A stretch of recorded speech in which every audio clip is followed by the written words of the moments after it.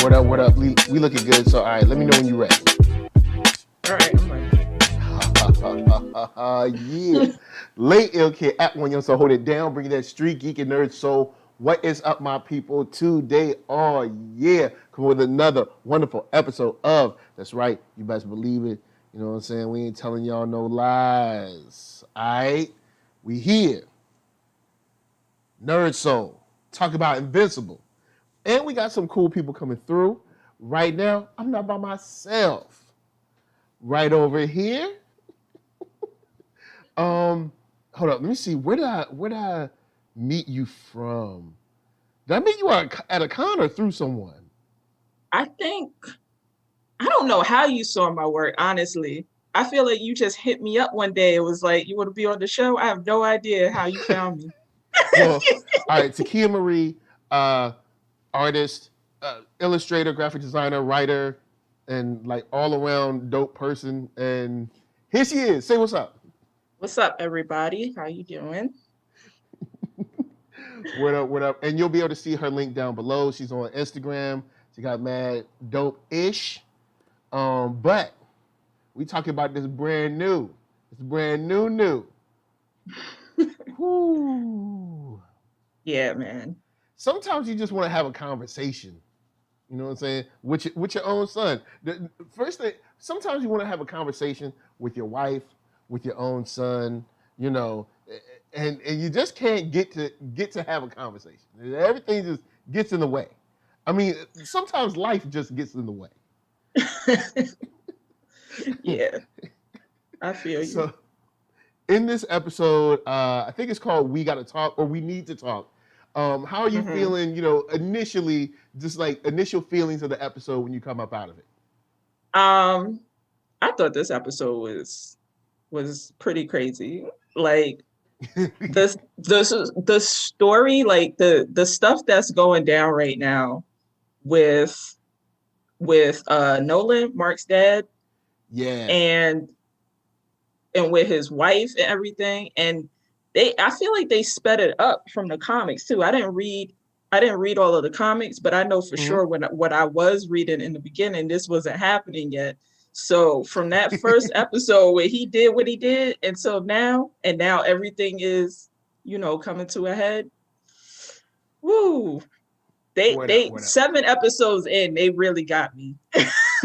Yeah, I agree. And this, you, depending on what how far in the comics you've read, no comic book spoilers, but we are spoiling the show. Like the show, right. If you watch the show, you know the deal, but you know what I'm saying, no comic book spoilers. Real quick, shout out to E, shout out to Ghost MKC. That rhymes. See, y'all glad y'all both here. This episode, I was wondering where they would start. Oh, you want to say hey? Hi. Here he comes. How you doing? Nothing. So, I'm glad they started exactly where they ended off. Because I was worried that they were going to like jump forward like a couple weeks or something and pretend like we don't remember that there was a very heated discussion. Yeah. You know what I'm saying? She threw the bottle at him, went to bed. He bust a hole in the wall. So we open up. She wakes up very next morning and she looked around like, oh, all right, well, he ain't kill me. Right. Like, that's a way to wake up, ain't it? Like, oh, well, I guess like, my husband killed me today. But this episode was crazy. As far as the fight scenes, I can't wait to watch it again. I'm going to watch it again later today. Yeah. But from the perspective of Mark, from the perspective of course, Omni-Man, perspective of like even Eve or the team, there's a whole lot of stuff that's coming to a head right now. And it's like, hold up, what? Because, you know, so much has hit the fan at one time, and I love it. I love how this episode came through. So, guys, I real love quick. The drama. Oh, yeah, definitely. Yeah. MKC said Mark is about to get beat down harder than Fight Force. Man, look, look, you ain't got to do all that. So, Yeah, and Thomas D said Omni-Man has a lot of explaining to do. So you know what? Without further ado, shouts to Jenna James. How are you feeling about Omni-Man's position right now? Are you how, I mean, even though you read some comics in the animated series, how do you feel about Omni-Man's position? Well, I still feel like I haven't read that far into the comics yet. So Okay. it's still all pretty new for me. But Omni-Man, I want to know what it is that he feels he did right. Because he just keeps saying, I had to do it. I Yeah. had to do it. Like, He's you like, yo, better I have a had to. really, I had to yeah, kill him. You don't right. understand. Right. You don't understand. And it's like, you either got a really, really, really good reason Yeah, that it better. nobody knows about, or you just, I don't know, man. You just like to taste the blood or something. Like, Yeah, I don't know. you a cold-blooded killer. Cause he's like, you don't understand. I had to. It's like, you did? Exactly. Because even Exactly. his wife comes through. She's like, look, they've been friends of ours. They've helped Hmm. us. They've done all this stuff. Cecil's always been cool. Why, why now? Or why would you do this? And even she was like, yo, give me, explain it to me. Tell me something. And Yeah. even he's like, he's like, Uh-huh. no, that is not the time. When you have like 5 people dead. How many people? What, 5, 6 people or something? Yeah. When you kill like 5, 6 people at the same time. Well, I mean not exact Hmm. same time, but you know what I mean. If you kill those people at the same time, come on, man. I can't just go with you right now. Right. Like Exactly. I'm gonna need you to give me some straight facts. And are we even counting the soldiers that he killed in his house? That he was just ripping apart, Oh punching snap! You holes right. through? When he had his Homelander moment. So Right, I exactly. so So what is your reason? Like, what, it's gotta be a really, really, really good reason. I mean, you splitting people in half yo, for all no I know reason. is when I come back to my kitchen, I'm gonna be like, Yeah. what the like, oh it was funny when what was it? Old girl, his wife, sorry. Hmm. I can't Yeah. remember her name. His wife, Sandra Hmm. She does the Yeah. voice. Sandra, that's Hmm. her name for right now. Y'all let me know who's what's his wife's name is. But Sandra, she's like, nah, get out this house, get out. He was like, all right, fine, I'm gonna bust a hole in the ceiling. In. Right. Ain't That was a that, little petty. tell me, That was a little listen, petty. I know he tore a lot of people apart, but that was the most messed up thing he did to me so far. Cause she was like you acting like you don't know why she mad, so you gonna put a hole in the ceiling. Now she No, matter of she gotta fact, go 2 call a holes. roofer now. Cause she got a hole for the first floor and a hole for the second floor. So that's 2 Exactly. holes. Man, Yeah. look. He went He right could through have the politely roof. walked outside and just be like, you know what I'm saying? Man, He had to do all roofs are that. expensive. You can't just be flying through a roof like that because you petty right now. That's $15,000. That might be out Yo, of her man, pocket. that's a lot. I'm just being honest, yo. That is a lot of money. A whole lot of money. Like y'all, like come on, y'all. Come Yeah. on. Y'all talk to me. Y'all know how much roofing costs. He done bust a hole in the roof. All right. Bust a hole in the roof, then bust a hole in the floor in the second floor. So now Yeah. I gotta get contractors. I gotta get a general con. Thomas D said custom skylight. Yo, you might try to play it off, like just be like, yo, just put a skylight in right here. Just, you know what I'm saying? It's gonna be right there. I mean, Little, put insurance in a little don't dome. cover. Yeah, insurance don't cover like, oh yeah, my husband's Omni Man and we was arguing. Oh, why was y'all arguing? Oh, because he killed people. Who? Who he killed? They must have been bad guys, right? Guardians of the Globe. Nope, you ain't covered. Right. Not covered. Like, They nope, gonna you ain't zero covered. everything out. Yo, man. Wow. So he I so and then that was the pettiest moment, I think, so yeah, far for him. that was a But super petty moment. all of that, but see, all of that leads me to believe he doesn't have a good reason for what he's doing. Yeah, I think he's full of it right now. You know what I'm saying? Yeah, I think so too. I feel like he's full of it. I don't know if I could trust him. Because at first, Nah. when he was like, yo, you gotta You know what I'm saying? Tony Fleming said she stopped arguing though. I mean, I guess she did. I guess she did. Like, dang, well, that's gonna be about I don't know, $10,000-$15,000. Like look, He and probably gonna look. clear out the bank accounts too. We don't care. Like,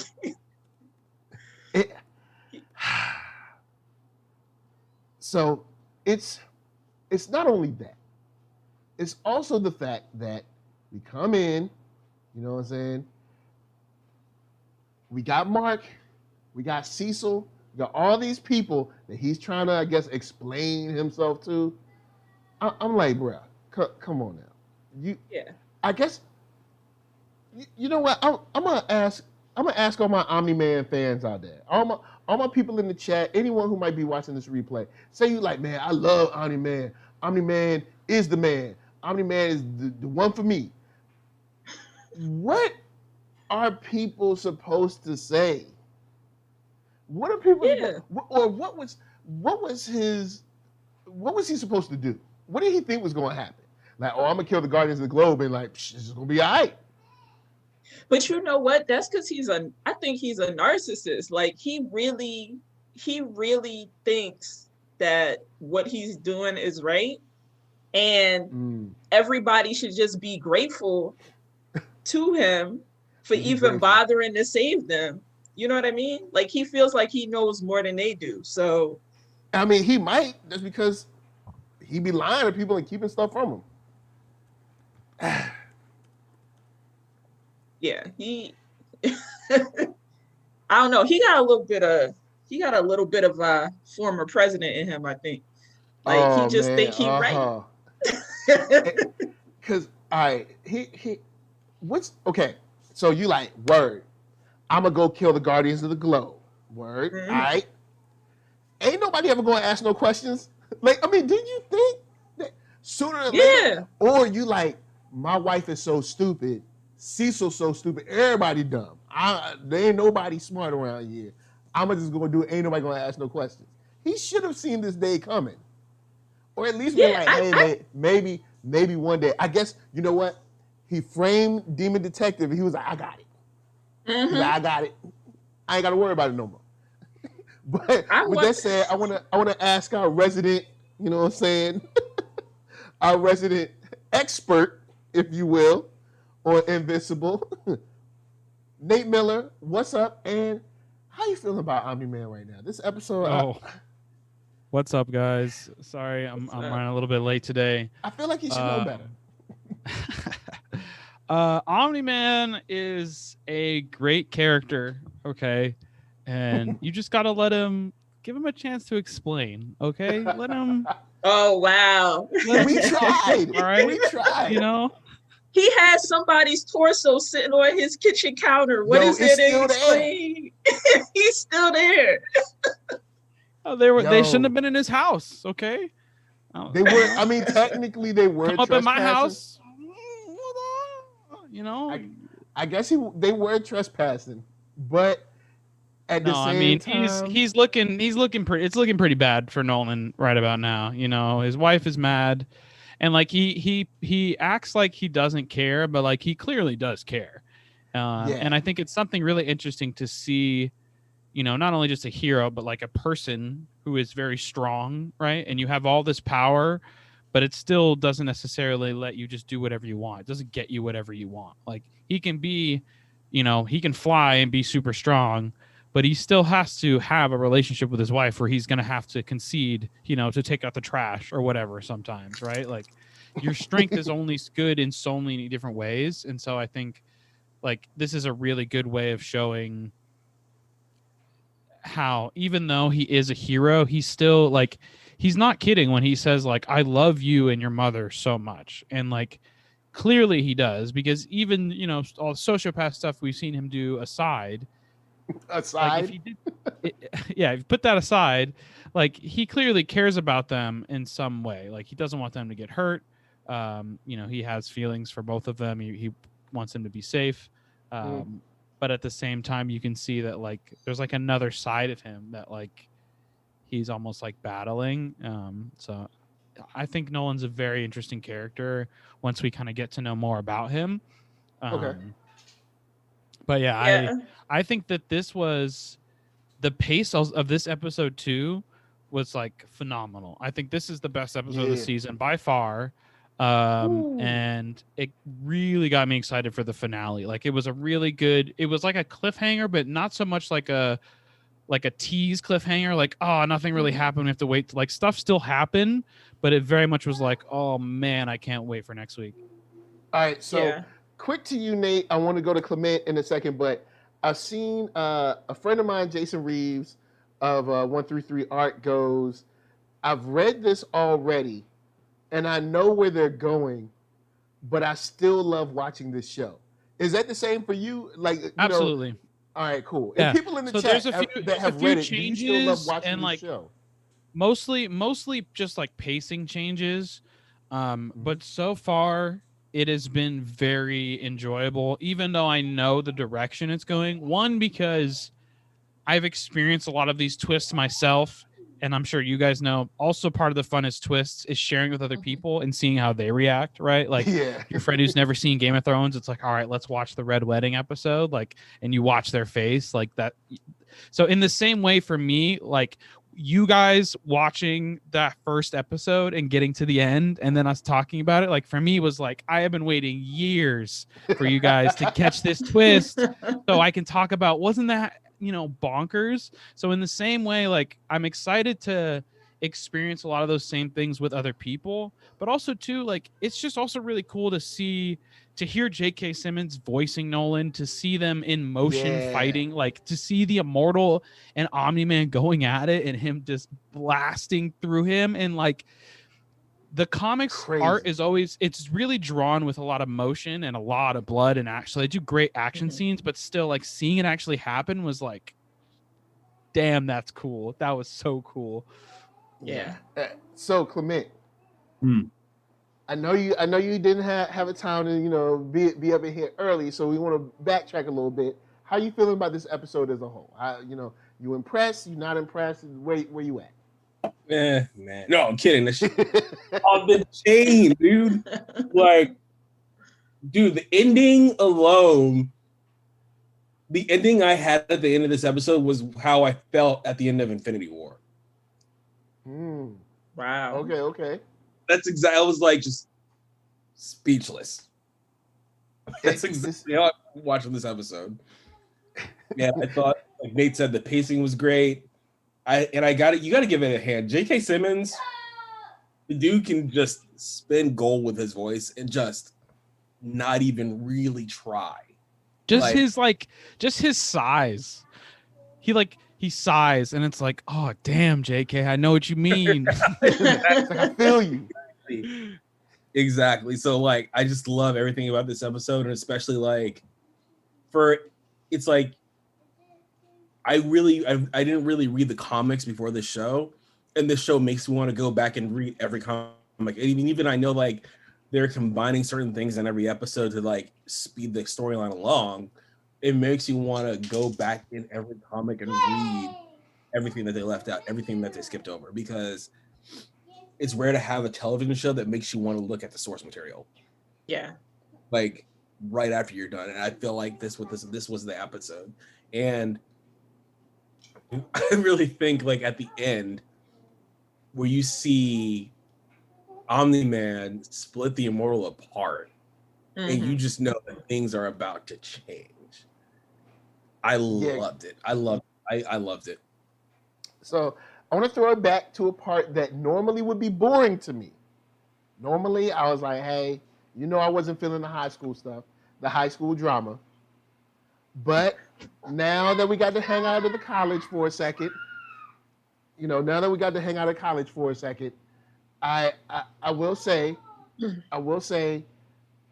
I like the conversation that we had. Well, young homie Will and Mark. He was like, look, man, y'all been broke up. Right. like y'all been broke up. That was real talk right there. He was like, y'all been broke up. She just happened to leave you now. She been tired of you. And then, even further, where he's like, girl, I just need to let you know I'm invincible. And she's like, I knew that. Yeah. I was like, yo, that means that she was down from the beginning. She's like, yo, I knew that. I ain't snitching. I ain't telling nobody. She just wanted you to be upfront with her. Why does it look like Mark is sort of having the same problems that his daddy having? Yeah. You went straight up with your wife. You should have been like, honey, all right, there's something about the Guardians of the Globe. I got to kill him. And then she'd be like, why I got to kill him? I mean, why you got to kill him? He would be like, because of this. Because he still ain't saying why. And I mean, we'll get into Cecil and everything in a second, but I liked the high school drama. I liked it. I enjoyed it. Last two episodes, high school drama, didn't even fast forward. Do y'all think Mark's girlfriend was right? From a guy's perspective, I want to know, because I had this debate with my husband after we watched it. I'm conflicted. Yeah, right? It's been way too many times. We're talking about months of him just being like Ghost. So, because what they said, like, it's been about 8 months since he's gotten his powers. So we're like, yo, we coming up on a full year of you just disappearing or not being around or whatever. And she like, I knew that. So yeah, she got to move on. She got to live her life. She got to find her a superhero that'll be there when she need it, or at least tell her what's up. You know what I'm saying? Mm-hmm. I mean, dude did get beat pretty bad by Battle Beast though. That wasn't on purpose. That one, he figured, I was about to say, I'm gonna roll up in here. We gonna surprise this dude. Boom, I'm gonna be right at the soup kitchen later. Nah. But if he had just been honest, then she would have understood. Should have been like, oh, he probably getting beat up right now. It's all good. Like I because of like what I said before, like there isn't a clear downside that has been displayed for why he needs to keep a secret identity. And especially once we've established the power level of Omni-Man and Incredible himself, and we don't have like a an arch nemesis, Joker type that he has to protect his family from. I think she is right. I think she should have just told him. Like, she figured it out anyway, so it's obviously not that great of a secret. And you have super people running around everywhere in this world, even if they're not as strong as Omni-Man. So, like, it's not, Adam Eve doesn't even wear a mask. Like, right. What about you, Clement? Because you look like you were going to say something before. See, I was a little conflicted because I felt for my man Mark because he's going through the rigors to try to figure out what it means to be a hero. And so I feel like, first of all, like when he got his ass beat by Battle Beast, there was just that's legit. Your man was literally one breath from dying. And so I would have given him a pass on that. Me putting myself in every shoes, I would have given him a pass on that. But if it's 8 months, I'm like, yeah, she kind of right, being like, okay. But at the same time, it was refreshing for not to see the girlfriend be like, oh, you're invincible. Oh, okay, cool. We're just good again. Fine. No, that's not what happened. It was kind of nice to see that. But at the same time, I was like, oh. But we know that anybody who reads the comics that he's gonna go with Adam Eve eventually. So like, it's right that. So yeah. Open Mind said she trash. Kiwi23 said, was she right? Kind of feel like she wasted her own time since she knew, especially since that was her major / only issue with him being flaky. Just bring it up and address it or leave. So, maybe it's a little personal responsibility on her side. She like, yo, look, if you knew all this, why you just be like, look, Invincible, I know you Invincible, like, I'm done. Right. Well, but you got to look at it from her point of view too. Like, if you want to continue the relationship, because she's thinking when they went to the college, that because remember how good that started out before he disappeared. So she might be thinking, all right, because he keep promising her, this time I'll do better. This time I'll do better. Mm-hmm. And she might legit, come on, have we not all been there? Somebody telling you they're gonna do better this time, and then you like all you believe guys it. saying that she's trash, you're leaving out a key part of that. She gave him chance after chance after chance after chance after chance, and he still just wasn't honest with her. And Exactly. she is a autonomous woman person who can decide where she wants to do, where she wants to go, who she wants to be with. And she's like, look, dude, I've had enough, man. Like, go be superhero. Good for you. But like, it's not working for me. Yeah. Because what I'm not sure who said that in the comments, but what they're talking about, she did after she gave him another shot and he messed up. She was like, all right, I'm done. And then she was packing clothes while he was flying around the room. But he's like, do you not see this? That I'm flying? Do you not see who I am? By your flight? And she's like, I don't care. I don't care about that. That was Sassy Beats right there. She said, these guys in the chat are wilding. This is why you guys have bad relationships with women. Like, no, dog, she didn't nag him. Man. She did. He said he was going to do something. He didn't do it. He said, I'm sorry. She said, okay. And then he did it again. And then he did it again. She didn't nag him. So Mike was talking about didn't nag him. Mike was talking about personal responsibility. He got to take personal responsibility. Like, if you're going to tell somebody you're going to do something, you're going to do better, and then you don't, you can't keep making that excuse and then get mad brought when you you get home broken last up. night. This is one of the things that this show makes an emphasis to do, is that outside of them just being superheroes with powers, they're still people. They still have interpersonal relationships. Yeah. So you can be son of Superman, hot shit, sorry I wasn't able to make it because I was saving the world. That's fine. Go do that. But guess what? As people in relationships, you get to decide who you want to be around. And after being with that person long enough, she's like, look, this is just not working for me. Yeah, I want to move on. She wasn't. She didn't bag on him. She wasn't super mean. She was just like, look, Mark, it's over. I gave you a bunch of chances. See ya. You know what I'm saying? I'm out. Exactly. And William was mad like, hurt William was in the like, chat yo, right man, now. Look, you're like, yo, it's all on you. You messed it up. So and there's something to be said about, like, she's supposed to be understanding of him. He's the one with the secret. Like, why does she have to understand his position? He should have just been honest. You know, because it seemed like the default is, well, he's a superhero and he's dealing with so much, so she needs to be understanding.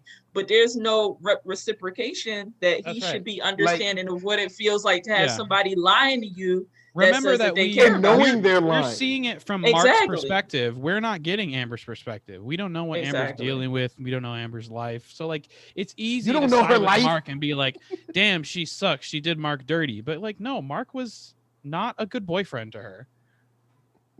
Yeah, I would have.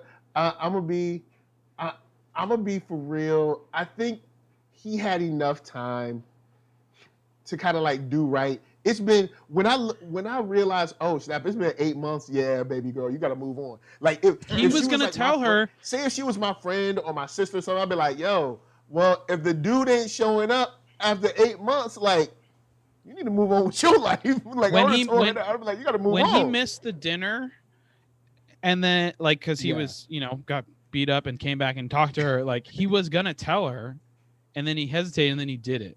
If he had told her then, it would have been very different. Yeah, but like, imagine you're her friends and she's like, I know he's a superhero and that's why he's running off, but he just won't be honest with me. He just won't talk to me about, like, how are you supposed to have a relation with someone who's hiding that giant thing about their life? And they're not even hiding it very well.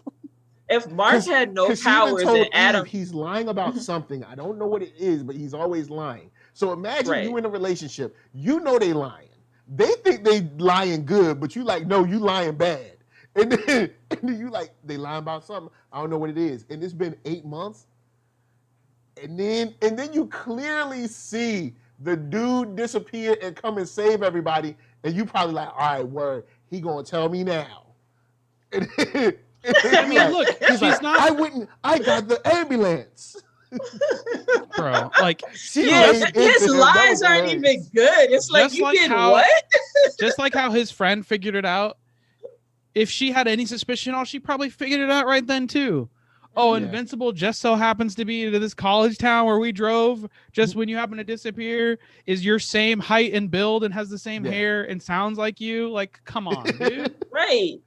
I don't know. He was trying to use like the classic Superman line, like when they used to show Superman changing in the phone booth and then come back as Clark Kent. Like that's the kind of level he was on. Yo, Mark, is that you? Exactly. So his lines wasn't even good. So I will say I did like the high school drama this episode because it did make me fast forward. I was genuinely invested. And when Omni-Man rolled up on Will, that was hilarious to me. Because I mean, imagine you're like driving around, yo, is that Omni-Man? And now you know Omni-Man is, of course, Mark's dad. So you're like, Nolan? Miss Grayson?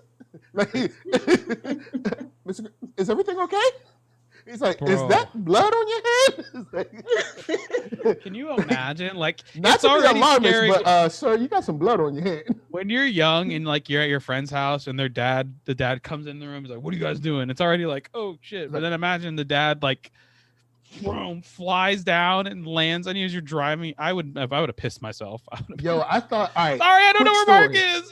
Quick story. I swore my friend's dad was gonna kill him in the front yard one day. All right, so check it.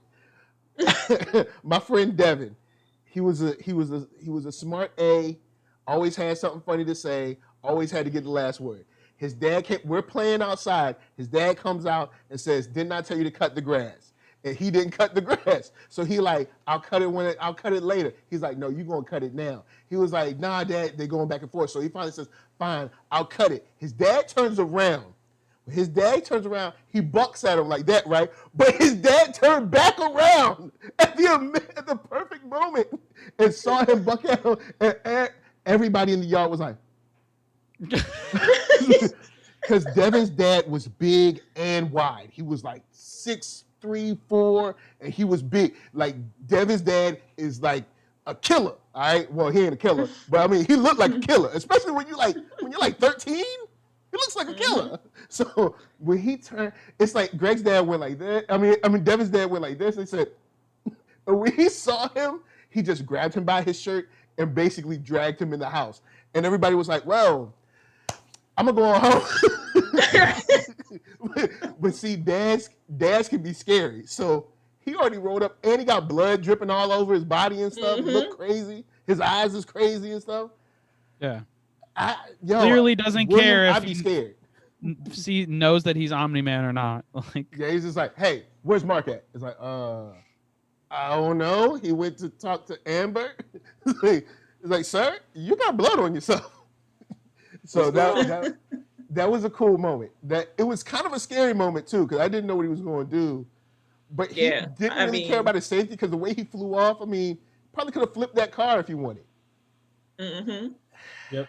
Yeah. But yeah. How much of Omni-Man's like because you guys were saying like he genuinely cares about his wife, he genuinely cares about his son, but there seem to be moments where he, his wife is upset and he just doesn't seem to like really understand, why would you be upset with me if I'm doing this to save everybody? So how much of that is him just being exactly? So how much of this is him just like being an alien, being from another planet and just not understanding humans, and how much of it is just I'm right and everybody else is wrong and y'all need to shut up? 99% versus 1% that he's right. Yeah, it's more like I'm right, I know better, and I know better because I'm stronger than you. That's how it comes off. I think it's both. It's a little bit of both. Like he thinks that he's right, and there's no question that he's right, but that comes from him being an alien. Like he's not like us. He's not, even though like the Vulture essentially look like humans as far as we know, looking at Omni-Man. Like, yeah, you have to remember that they're not human. Like there's a lot of things that we take for granted that we just ascribe to him. Like it's hard to remember that he's an alien. And I think as we get to know him more, it will become more apparent. But yeah, I think it's a little bit of both. I genuinely think that he, in his mind, is like, you should just trust me because I'm your husband and I know for sure that I'm doing the right thing. This is what I have to do. and I'm telling you that, and you should just trust me. And obviously, it's so you know, even outside the bounds of marriage, like it's so far out there that she's like, no, dude, you got to explain this to me. I'm not just gonna trust you. It's not like just trust me. Like okay, just trust me is, say we have a joint account and I took out $2,000 to do something. Girl, just trust me. No, there's like 6 or 7 dead people. We got like the government secret agents coming after us and stuff. Is craziness. I found blood all over your shirt. This isn't a just trust me moment. We gotta be here. Like, girl, just trust me. Did you kill people? Yeah, but I had to. What do you mean you had to? What happened? Because of course, like she said, as far as I know, we've all been cool. They've helped you out. Cecil's helped us out. All kinds of stuff. Why would this be any different? That's exactly his answer. I'm better than them. That's why I had to kill them. Yeah, it could be like, look, I did it because I can. She says in a few episodes ago, she was talking about how he never talks about his planet or like his people or anything, and so I think that's really telling that, you know, they've been married all this time. They have a son that's, you know, damn near an adult now, and there's still this whole part of him that he has never shared with her. And I think that also is why she kind of responds the way that she does, because I think she's always kind of had some part of her that is like, well, why won't you tell me about this? Why won't you tell me about this? And so I think that is kind of what is really the catalyst that pushed her to like further investigate this stuff, and also for her to not trust him implicitly when it's like, well, just explain to me. And she's like, no, I won't tell you. But you know, yeah, it's kind of hard to trust someone when they've been lying for who knows how many months, and then you find out the lie, and then they still want you to kind of like just roll with it. It's kind of hard to trust it. Yeah. I wanted to talk about, you know, your boy Robot. Robot ain't Robot no more. You know what I'm saying? Well, I mean, technically, Robot was never technically Robot, but Robot ain't Robot no more, man. He done came through. We at least knew what the phases was about. You know what I'm saying? He like, yo, I met this girl. Yo, she kind of alright, and I'm willing to clone somebody for her. Put my body in a good body. All right. And I know somebody gonna be like, "Oh, what you mean? That's a bad body." He's living in a bed of juice. All right, it's a bad body. All right. But somebody, what you mean? There's a body positivity. There's nothing wrong with his body. No, there was mad stuff wrong with his body. Even he said something was wrong with his body. All right. Now Rexplode is kind of weird, but he could have got somebody else. Granted, but it was like this weird display of like affection, I guess. But then even the team was like, "This is weird," and you just did this. This is kind of weird. Okay. Do you sympathize with Robot's thought process? I'll throw it to Clement first. No. No. No. Like. Weird, like I think Rexblood is one of my favorite characters on the show, but like that's just weird. Like I was like, I'm all eating like Domino's Little Caesars breadsticks or whatever during that scene, and I'm like, ugh, what is like what's going on here? It was just kind of weird for me, and it kind of took me out of it. I was like, all right, so let me feel it. You're feeling some sort of way about this girl who is 24 years old. In like this like young teenager's body or whatever. And so your answer to get with her is to reveal your full form, clone a body of Rexplode, get those other clones involved, and then come out and then beat them into oblivion and then be like, hey, well, I'm here. Let's be together now. This is weird. It's just it is weird. It's weird. It's weird. But and you see that he was trying. He saw she didn't have anyone to relate to. She talked about how she couldn't relate to anyone. They seemed to have a little connection. I mean, from a weird way, I see what he was trying to do. It's brothers weird. listen too much Barry White. Okay, that's what I'm just gonna straight up say. Too much Barry White. So I'm gonna throw it to Nate. This is something that happens in the comics, but it's been drastically sped up in the show. And I think this is one of those changes that I thought it was totally fine, but also I'm coming at it with the knowledge of the comics. And so hearing you guys talk about it, I think maybe it was kind of rushed a little bit. In the books, they do spend a little bit more time.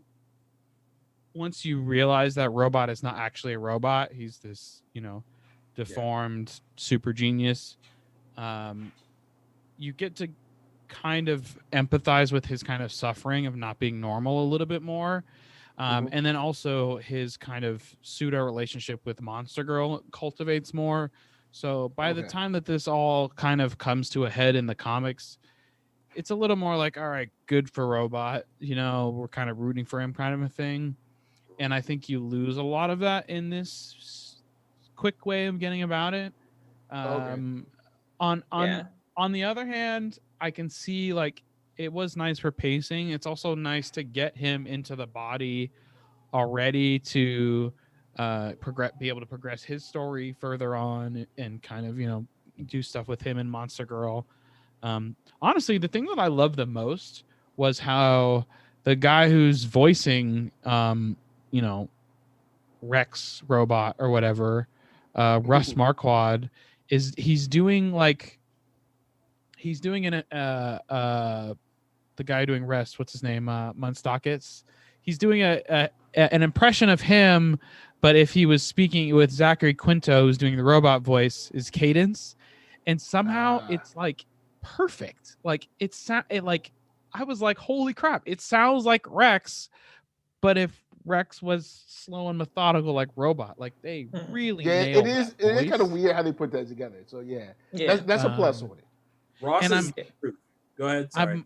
I'm wondering from a production side, because Zachary Quinto is not really. I'm wondering if they're going to still have him do if we're going to have scenes with Robot in the robot suit now, and so we'll still have Quinto as a voiceover, or if now it's mostly just going to be Robot as the guy as Rex, and so the robots won't really talk, so we won't need Zachary Quinto. So I'm wondering if this was a production thing. That's why they sped it up to not keep Quinto, because even though they do have a massive, incredible cast list, he is one of those ones that he is more of a movie actor, right, than a TV actor. So it's a lot harder to get him to commit to a TV show schedule.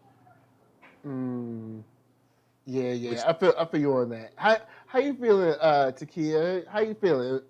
If you had the powers to be super strong, like I don't know, super strong Hulk, but then was like a little kid, but you was older, and then a robot was like older, but then he made himself a little kid body or something, would you be like, oh, or would you be like, nah, don't touch me?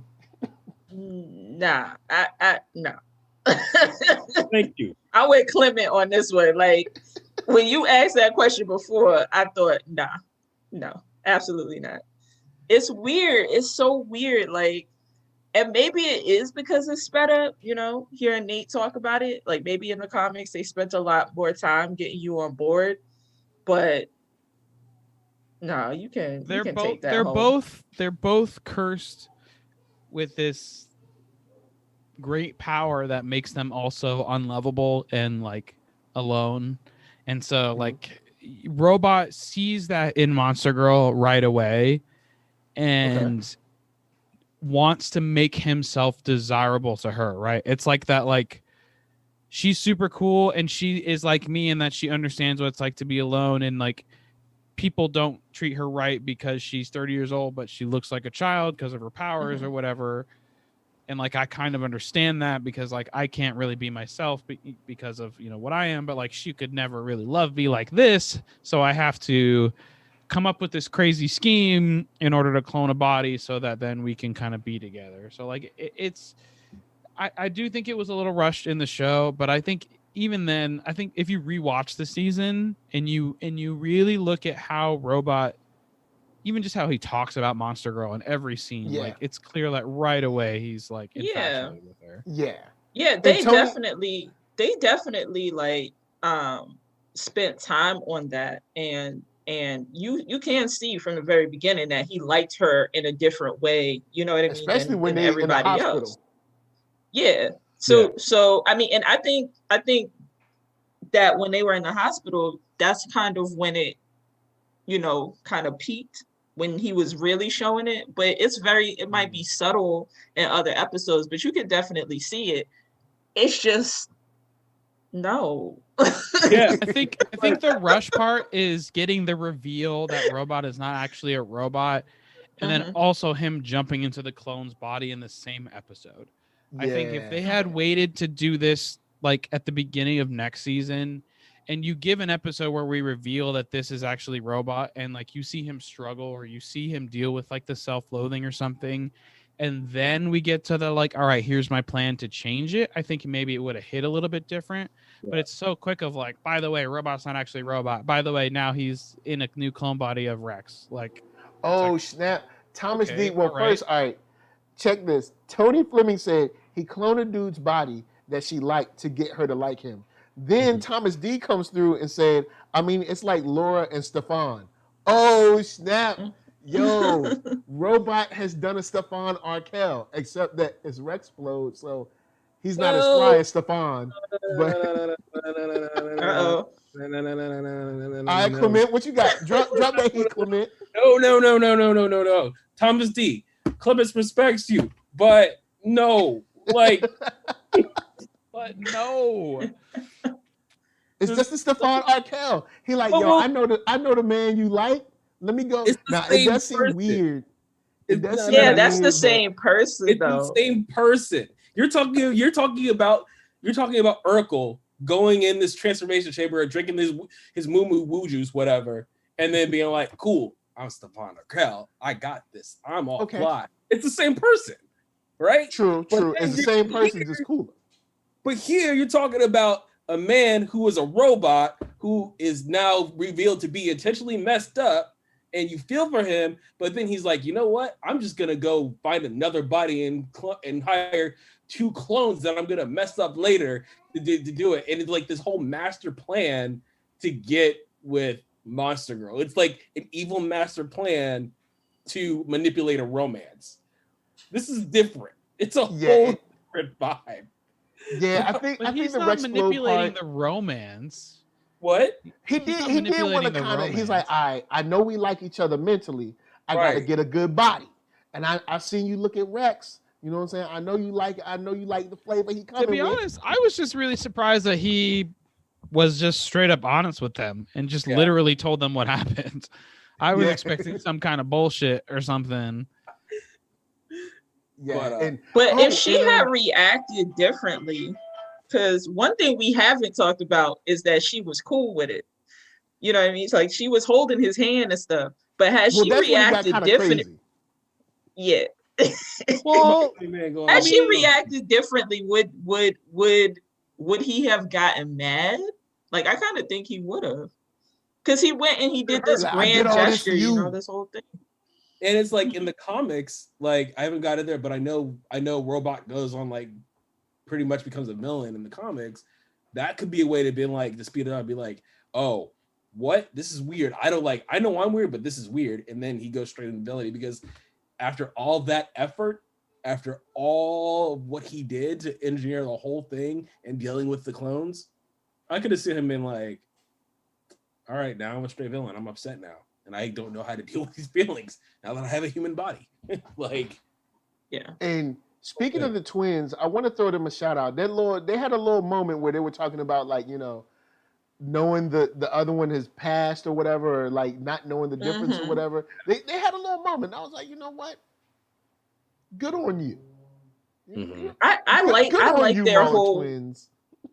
I like their whole thing where they're like, you know, neither one of us can know which one is the real one, because it causes problems, you know, like it might cause the other one to get jealous or whatever, you know, one feels more superior to the other one. So I kind of like the way that they are handling them.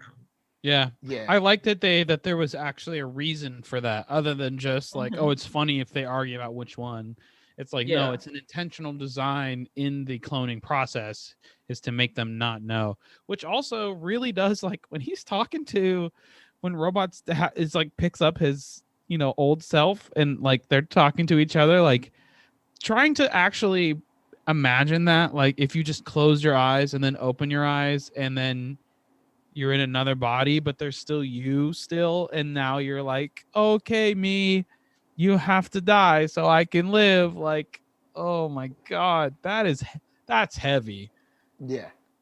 But he was like, this was always the plan. You know what I'm saying? This is, you know, this was always the plan. So. Outside, I mean, obviously we know Robot is like super smart. He makes robot machines or whatever, but that also shows us how ruthless he is. Like when he has a plan, he is willing to die to make his plan, you know, fall, which still to live, but he will sacrifice one of himself in order to, you know, make this plan to fruition. Yeah. All right. So speaking of plans, we can go on and get to the meat of this episode. Cecil had a plan. All right. Shout Cecil for being a human being with just like, I don't know, U.S. government budget money. You a bad Cecil's man. my guy. Cecil ain't playing. Yo, Cecil's like Nick Fury on crack. Yeah, Omni-Man's flying, and the light turned on. He was like, "You wouldn't dare." He was like, "Boom!" Yeah, space laser. He's like, so. I guess you have to tip the hand, but he's like, look, couch out the bag. We got to tip the hand. Look, we got all kinds of stuff to kill you, or at least try to kill you. He's like, $100 billion satellite, gone. Gone in like 7 minutes or something like that.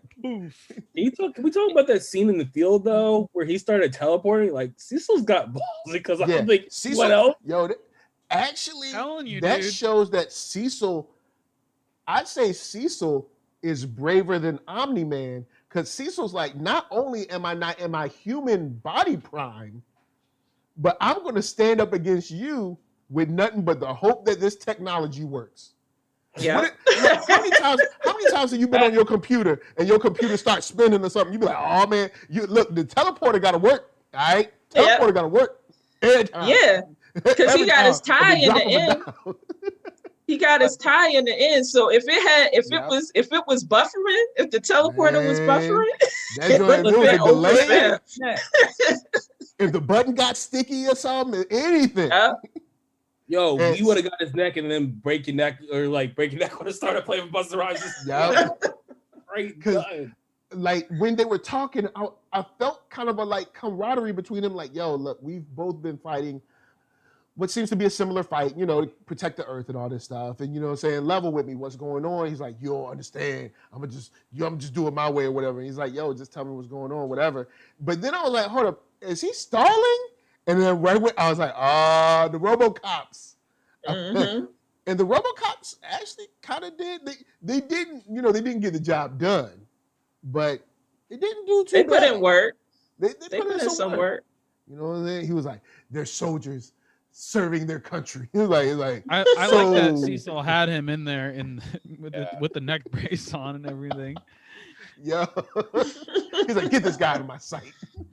That's another, like, I was wondering after last week, because they do a similar thing in the comics, but it's like 30, 40 issues down the line. Like, this guy comes back and Cecil's like using the Roboman and stuff. And I was like, oh, I wonder if they're going to do like, you know, season 2 or season 3, they're going to like bring him back or whatever in the Roboman. But they're like, nope, next episode.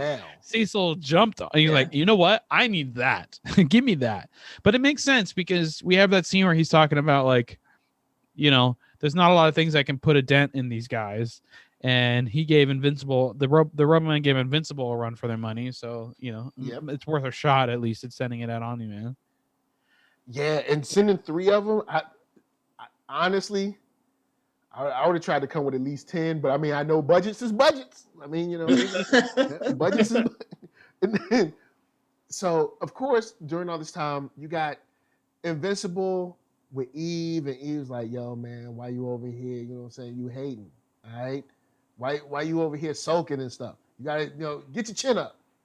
And he's like, he's like, you don't understand. Well, I mean, it wasn't exactly like that, but I mean, Eve was like, yo, man, get your chin up. You know, it happens. Dumped. It happens.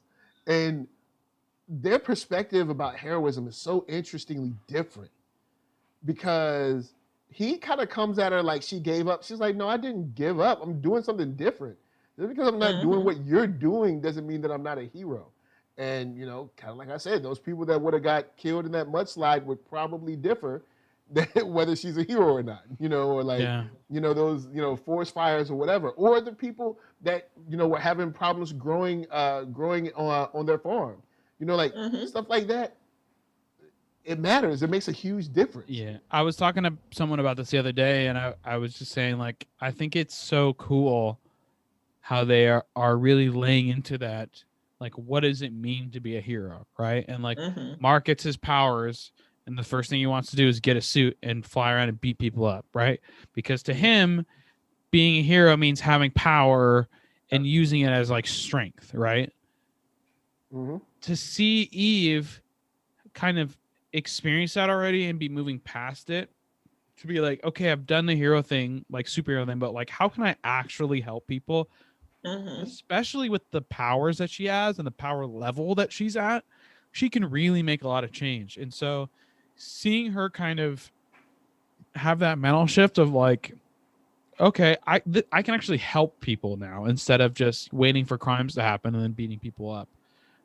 Right. I think it's a really interesting dichotomy to show the difference in maturity levels that they are at. Yeah. Actually, Eve's whole philosophy would work out a lot better in our real world anyway, because in general, things seem to be wait for something to happen and then try to stop that thing, whereas she's trying to stop it at the root. You know what I mean? She's trying to help people with ongoing current problems that you can fix without having to wait for someone to rob a bank. Exactly. Like I guess Mark would wait for somebody to rob the bank and then try to beat them up. But Eve would be like, well, why is this person robbing a bank? Do they not have enough money? Do they not have food? Do they not, you know what I mean? Like, and then fix that problem so that they never have to rob a bank. Or they'll be like, or Mark would come back and be like, there was an alien invasion and we stopped it. Whoo, we'd be like, all right, cool. What's the last thing you did? Oh, like 2 years ago, there was another alien invasion. Well, since you did that, I've cleaned up like 4 riverbeds. I've like fed like X amount of villages. I've saved like 18 mudslides. I've done this. I've fixed that. We're like, oh, but you know, you're one alien invasion. Good for you. Because I mean, her power is actually perfect for like real, like she could be like, oh, cool. Here's a village that's having problem with, you know, it's barren land or whatever. Cool. Boom. Irrigation. And like, goodbye, everyone. Like, you know what I'm saying? Right. It's like her power is actually perfect for like helping out the average common person, or even people that are lower than what we would consider average and common. You know what I'm saying? People that are living in, say, third world countries or something like that. So she's like, yeah, okay, well, instead of waiting, you know, a year or, you know, 6 months until the next event, like, you know, hey, I fixed like 25 things since you did that. You know, like I've done tons of stuff. And I got a cool tree house. Oh, and I don't even have to take baths because I like atomically clean myself. She just got up, she was like, psh, all right, cool, I'm clean. I was like, dang, that's kind of sweet. And then she was like, coffee, go. And I was like, oh, snap, this is perfect. I was like, that power might be my favorite power now. Like I used to think other powers were cool, but just like making things happen, be like, you know what? I don't like this house. I'm gonna put a door right here. Right. He is one of the few. I mean, at least from what we've seen, she is. I mean, it's like Omni-Man, Invincible, maybe, and then like Adam Eve is at Invincible's level when like Invincible gets a handle on his ability. Yeah, I would say only because she has a better grip on her powers now. But once he gets a better grip on his powers, I would say he's still slightly stronger than her. But outside of that two family, she's the strongest one that we've seen. Being able to manipulate matter like that, she could wreck everyone else that we've seen. I mean, technically, all right, so say she's fighting someone. Say if she was fighting someone like crazy, like Battle Beast. I mean, technically, couldn't she be like, oh, there's a blood clot in your heart? And like, the end, goodbye. Yeah, or even just turn his mace like, into flowers or whatever. Yeah, it's like, she's actually way more powerful than I think the show or we even recognize right now. I think that's also intentional because I think it's in the same way she limits herself. Her powers are almost one of those things of like you're limited by what you can imagine, right? And I think her power limits are basically set by her own limits of like her internally what she thinks she can do. And as she grows, it gets more comfortable and gets older and more mature, her power level will also grow because she will get more comfortable with things that she's going to experiment with. Because that's the other thing that I'm sure, especially in this universe where the powers are so real and there's consequences, I'm sure that when she first started and was manipulating, matter, there were some mistakes and some half-finished transmutations and stuff, right? Like, Good point. Yeah. I just like that, what was it, the last episode or maybe the episode before when her dad was trying to come at her and she just took the door away. That was and then funny. he had to go all the way outside and come around the house to keep yelling at her. That was funny. Or when she left, when she made a door and left, he was like, "You better take that door away." Somebody come to your house and be like, "Yo, why you got like 4 doors in this house? What is going on? Like, you got a door on the side? There's not even like steps to this door. It's just a door right here." Her power is cool for that reason alone, man. I had to go out the back and come around the side just to keep yelling at you. I mean, can you imagine trying to send her to a room like, Eve, go to your room? Okay. It's like I build a room. But my room is like the dopest room in the world. Right. It was definitely funny when she did that. I gotta give her props. But what I really love about the in-fight scene besides Cecil, you know what I'm saying? He brings back that crazy monster and we get immortal, which I was wondering about because I was like, well, if he's immortal and they got his head and his body, like, is he immortal or is he not immortal? Like how does that work? And it's like, no, actually, he is immortal. So I wonder if they put his body back together and just like let the juices flow or something, like, can he come back to life again? He's come back. We already saw it. They just had to put his head on. Yeah, it's just like, give him a little jump start. I love how CPR. He came back too. Yeah. It's like, oh man. I was like, I thought that was really cool how they did his that kind of like flashback, which kind of shows his backstory. Yeah, like that was Immortal's cool. a pretty cool character, actually. Like, have essentially been around since the Middle Ages, surviving as an immortal for all this time, and then eventually becoming a hero. And then you survive all of that just to get decapitated by Omni-Man. I thought the fight was going to go a little bit different because Omni-Man is kind of, he's kind of like weakened a little bit between the big monster, the kaiju, and the robot men. And, I'm figuring, maybe he's a little weakened up. Nah, man, he was able to pull some reserves. He was able to pull some reserves. I mean, there's got to be something to like being a Adventure or something where he gets pissed off enough, kind of like the Hulk, that like we saw with Mark when when he had to fight with Battle Beast, and he's like, "You guys are dead," and he got snatched out. And so you would think that Omni-Man knows how to harness that energy and save it for when he really needs it. Like, it was just kind of like at the end, man, just splits him apart. It's just like, yo, we need to talk. Like he didn't do anything at all. Yeah, he said we need to talk like he just ran to the store. Like, because from Mark's perspective, all right, cool, I got dumped. I'm hanging out with Eve. we're going back and forth about heroism, and maybe I need to stop, get over myself, and maybe like just realize that heroism is exactly what I think it might be. It could be more things or whatever. Now we're flying off, learning things.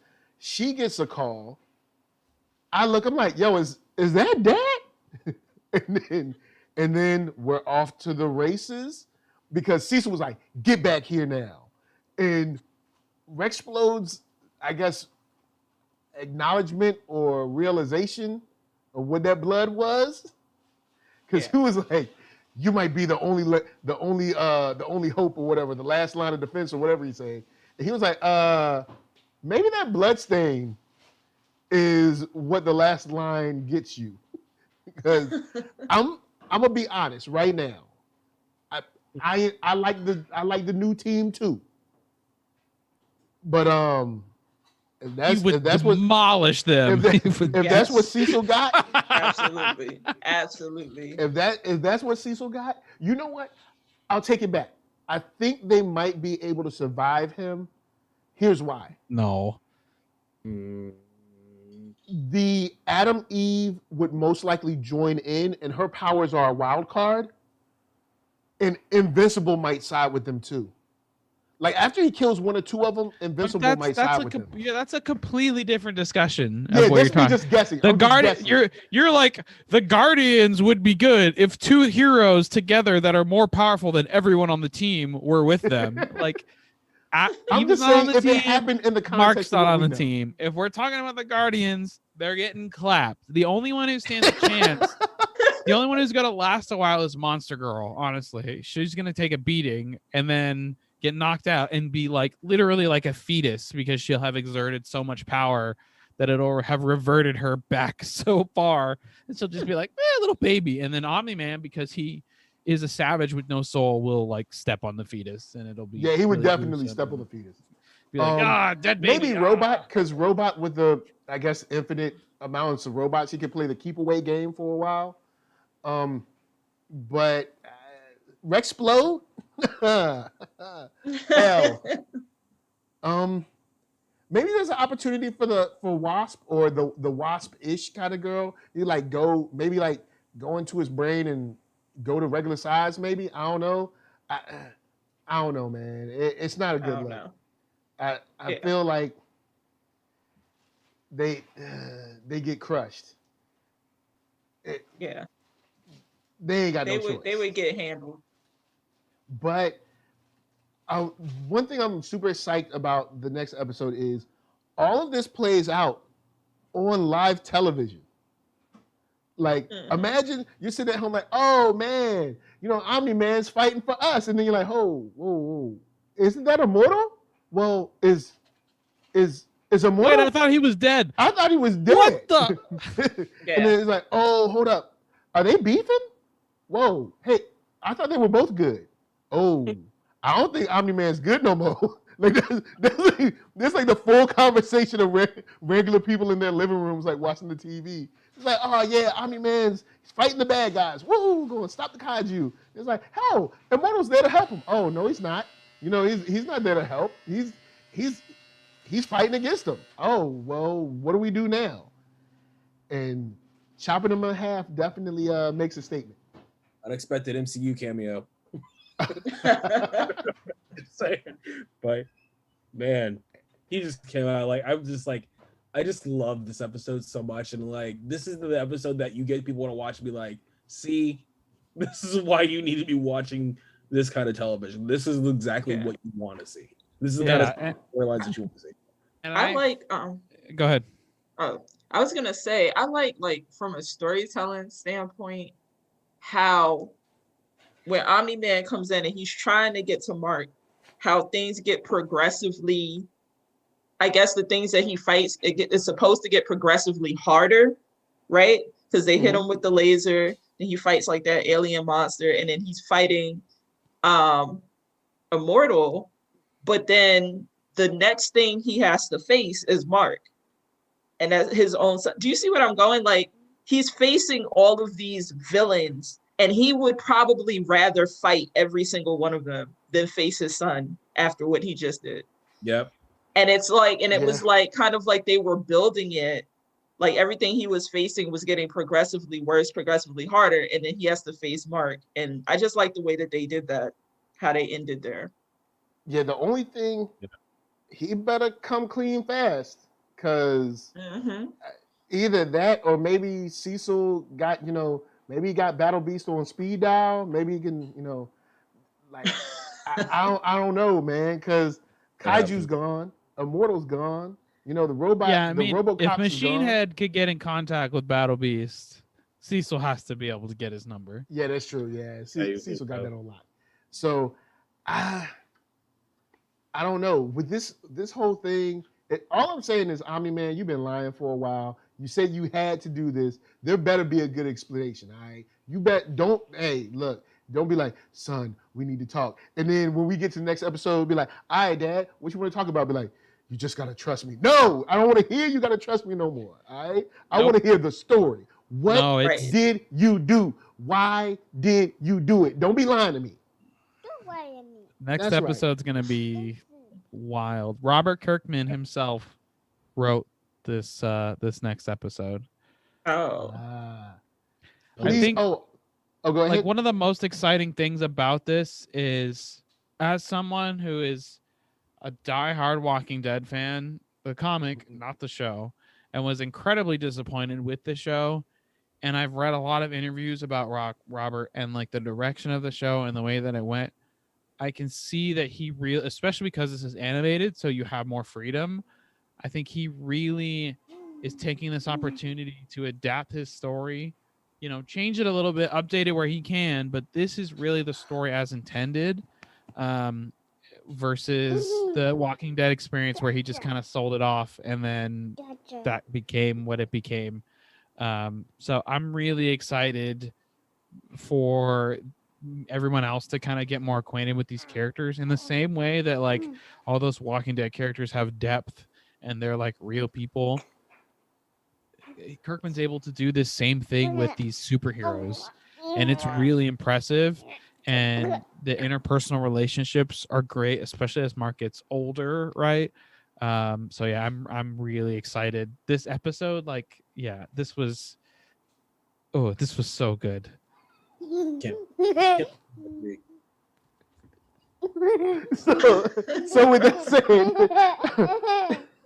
with that said, I want to throw it, not get hit by baby Omni over here. I want to throw it to Takia real quick. From your perspective, what could Omni-Man say to make you be like, all right? He would have to somehow prove that everyone he killed was at some point going to destroy like the entire universe. Like it has to be something so huge that that it would make it justified what he did, because it can't just be like I don't know his reason, so it's hard to say like if his reason is even justified, but it would have to be something like that where somehow these people were going to destroy the entire universe or destroy the planet or something. Word. Clement? Not a damn thing. That's like, no, you Nate, can't say nothing. See, Nate, it's a little different because Nate already knows all this stuff. So, yeah. I'll say this: if they were somehow like, if this was like a secret invasion situation where they were all like doppelgangers or something, and the real ones had already been killed, then maybe, maybe, but that's the only thing I can think of. Like, maybe if they were all doppelgangers, or maybe they had this master plan to like screw over Cecil and like kill the planet. I don't know, man. I don't know.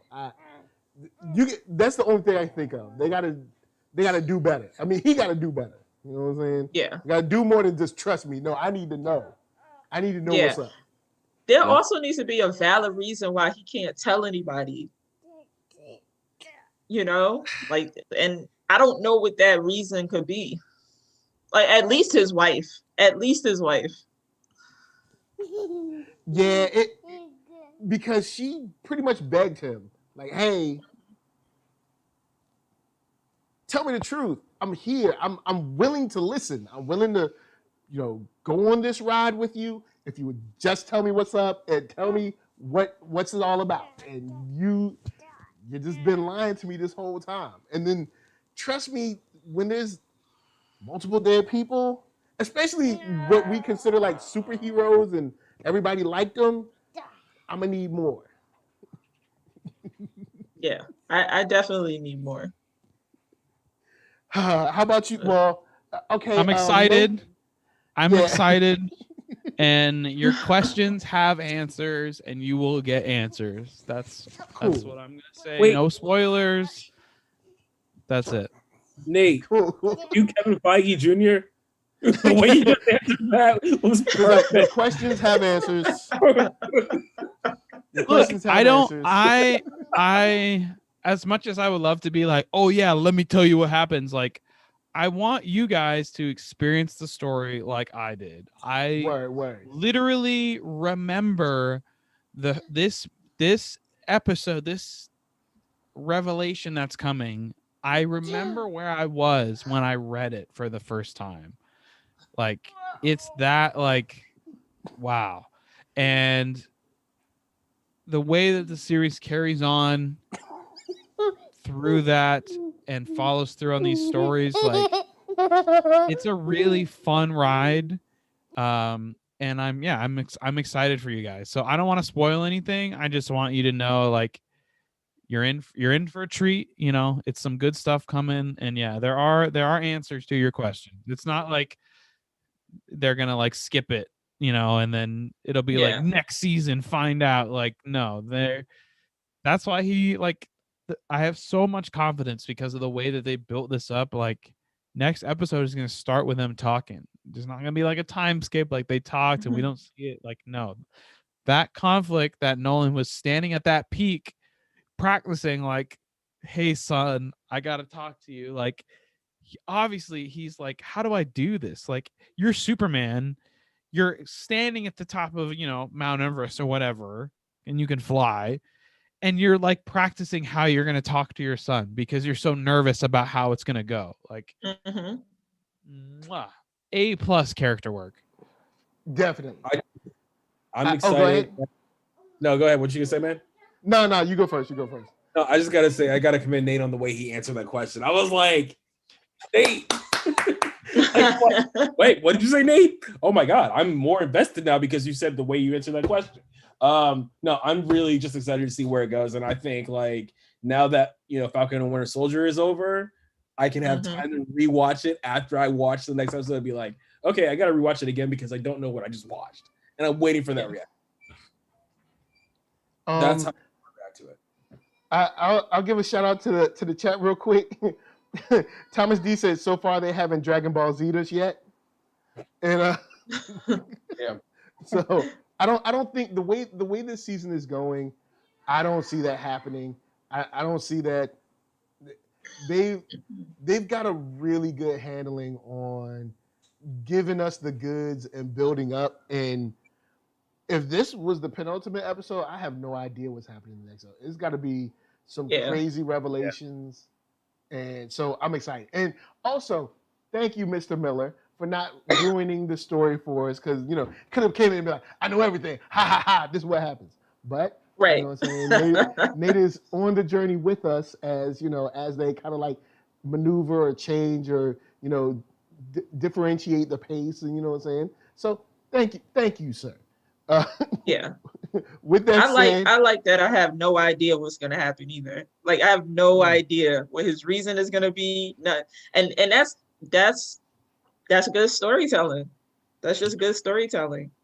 Because you built Omni-Man up to be this, like, just to look like a sociopath. So we're all like, there's no, like, what can he do? What can your reason be? Yeah.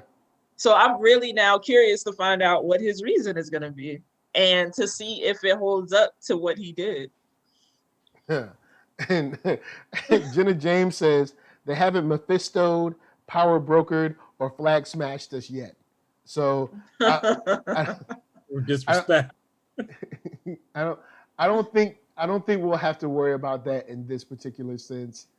At least not at this point in the game. Not in this show. We're still super early. You know, we're still super early. Like the MCU is kind of, they're like 10 years deep, 12 years deep, whatever, is bad long. You know what I'm saying? These guys, they're not, well, I mean, technically comic book wise, they're 10 years deep or more, but in the show, they're like, I don't know, 2 months deep or whatever. So they don't have to do nothing crazy like that yet. So with that said, we have exorcised the demons, and hopefully a demon makes a comeback maybe next season or something like that. But I'll start right over here. Awesome artist, illustrator, all that stuff. Takia Marie, say what's up. What's up, guys? I think the intro was pretty good. So you guys can find me at Takia Marie everywhere, mostly on Instagram or my website, takiamarie.com. Yeah.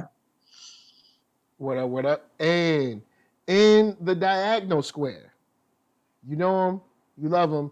He has the Infinity Gauntlet shirt on, Nate Miller. Yo, guys, you can find me everywhere at Dog Like Nate. Yeah, this was super fun. I'm not gonna be able to make it next week. I've got to work in the evening, so I won't be able to hear. But I'll be watching. So I'll try to be in the chat guys. If I can. Yeah, but all of you guys enjoy. And when you're like, oh my God, that's crazy, just know that I'm somewhere smiling. Like, yep. I'm somewhere smiling on a grateful universe. But I knew you were gonna do that. So, last but not least, all right, you know him as Hotshot Air Pilot. You know him as the winner of the Monaco GP. You know him. Hey, get your man. You know him as billionaire playboy philanthropist. You know him as the first man to walk on Venus. All right. Superhero. All right. Super fun personality. And, of course, Medal of Honor winner. COD champion 2019 and 20. I have to give it up to the one and only Clement Bryant. That is a big no. Okay. No. Anyways, at Twitter, Instagram, at Clement Bryant. I just said at Twitter, Instagram, at Clement Bryant. I am one of those of the Black Lightning podcast, and I am on the Marvel Report, and none of that is factual. Okay, peace. I'm out. All right. Shouts to the chat, Ghost MKC, Thomas D, Jenna James, KB23, Open Mind, E. Burnson, Zias, all y'all guys. Thank you. Thank you so much for rolling through. If I missed your name, it's not on purpose. It's little names, there's a whole bunch of them go everywhere. So big shout out to all y'all for coming through. We'll see y'all next week, and there'll be, I don't know, a whole bunch of stuff going on. We'll figure out something. We didn't cover Mortal Kombat because, I wasn't super hot on it, but I wasn't super cold on it. I know some of y'all were like, yo, where's Mortal Kombat at? It's like, Mortal Kombat it's on HBO Max. From us to you, we're saying thanks for rolling through. You want to say peace? I say peace. All right, we out. Peace. Give him the woo. Show him the power of the woo. We out, y'all.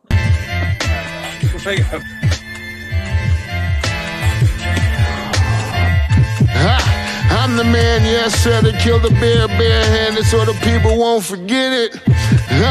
Getting money for I was legal to drink. I care what a broke nigga think. Just like the pack of Lewis. Look, everything I do so cold. I can do this, both eyes closed.